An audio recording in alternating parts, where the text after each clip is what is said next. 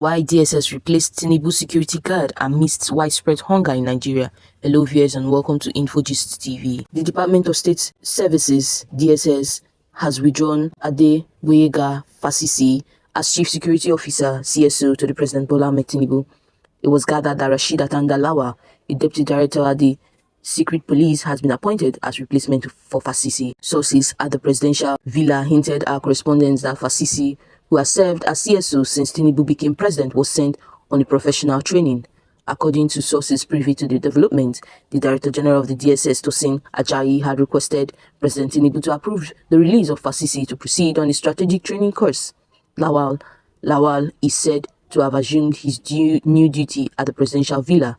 Those conversant with the workings of the DSS said Fasisi's removal and replacement is not strange, adding that the outgoing officer ought to have anticipated it because it is a common practice in the service. The sources also said that whenever a new DG comes to office at the DSS, is most likely to embark on reorganization in various areas of the service, especially around the president. Yes, I heard he has been replaced with another officer because he is being sent on a professional training course. At least that is the reason for his removal that we know. Such redeployment is a common exercise. It usually happens when the DSS gets a new DG. You know, they deal strictly with intelligence and operate in secrecy. The new DG will always prefer to have his own trusted men on critical beats. The president and the office of the CSO to the president being number one on the list, the sources said. As at the time of filing this report, there was no official confirmation of the deployment. Meanwhile, the Chief of Army Staff, Lieutenant General Taoreed Labaja, spoke to President Bola Ahmed Tinubu and seized the opportunity to brief him on his health status contrary to the swearing death rumor. The president, according to a source at the defense headquarters, was excited to hear the voice of his army chief and prayed for his quick recovery. This nonetheless, the army headquarters has dismissed the trending death rumors of Labaja, describing it as a fake news. Reacting to the post by a former director of strategy and communication to former President Goodluck Jonathan Jackson Ude, the army cleared the air of the death rumor.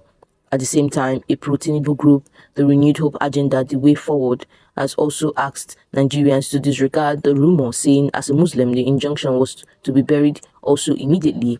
Hinting at the health status of the army chief, a source at DHQ said the president spoke to Lapaja, who held a clear conversation with the president, and he was in high spirit. The president was very happy and prayed fervently for his quick recovery.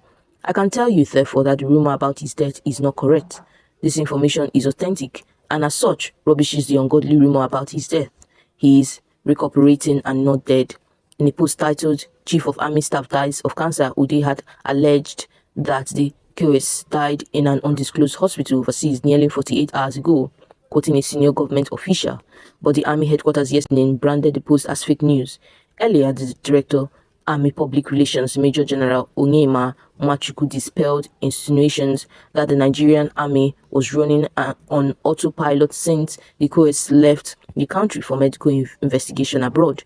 He admitted that the QS traveled for a medical checkup abroad, contrary to the initial claim that he was on leave and that as a public officer he was entitled to it. He also refuted insinuations from some members of the public that the result of promotion exams that was supposed to have been made public was being held up because of the absence of the QS.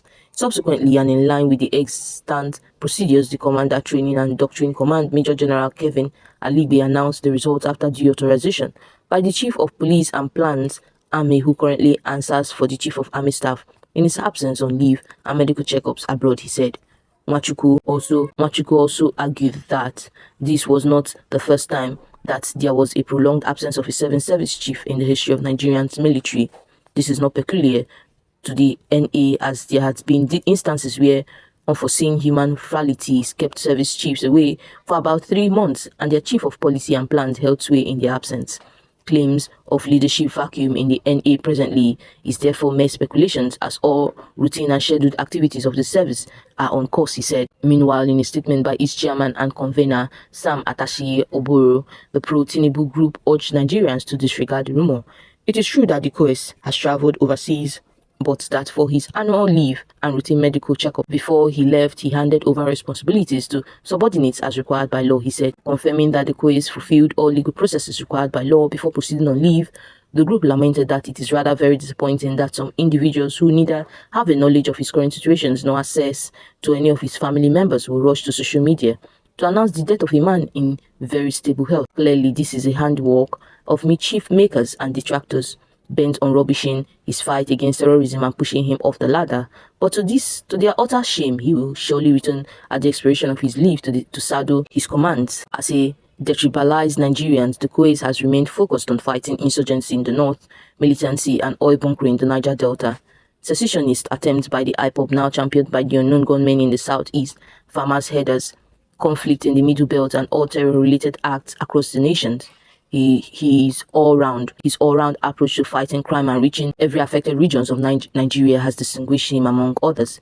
His unbiased appointment and redeployment of major generals and brigadier generals among several other senior officers across NA formations and units in the country, and recent personal postings, promotions and training activities further cement his integrity and love for national unity and cohesion.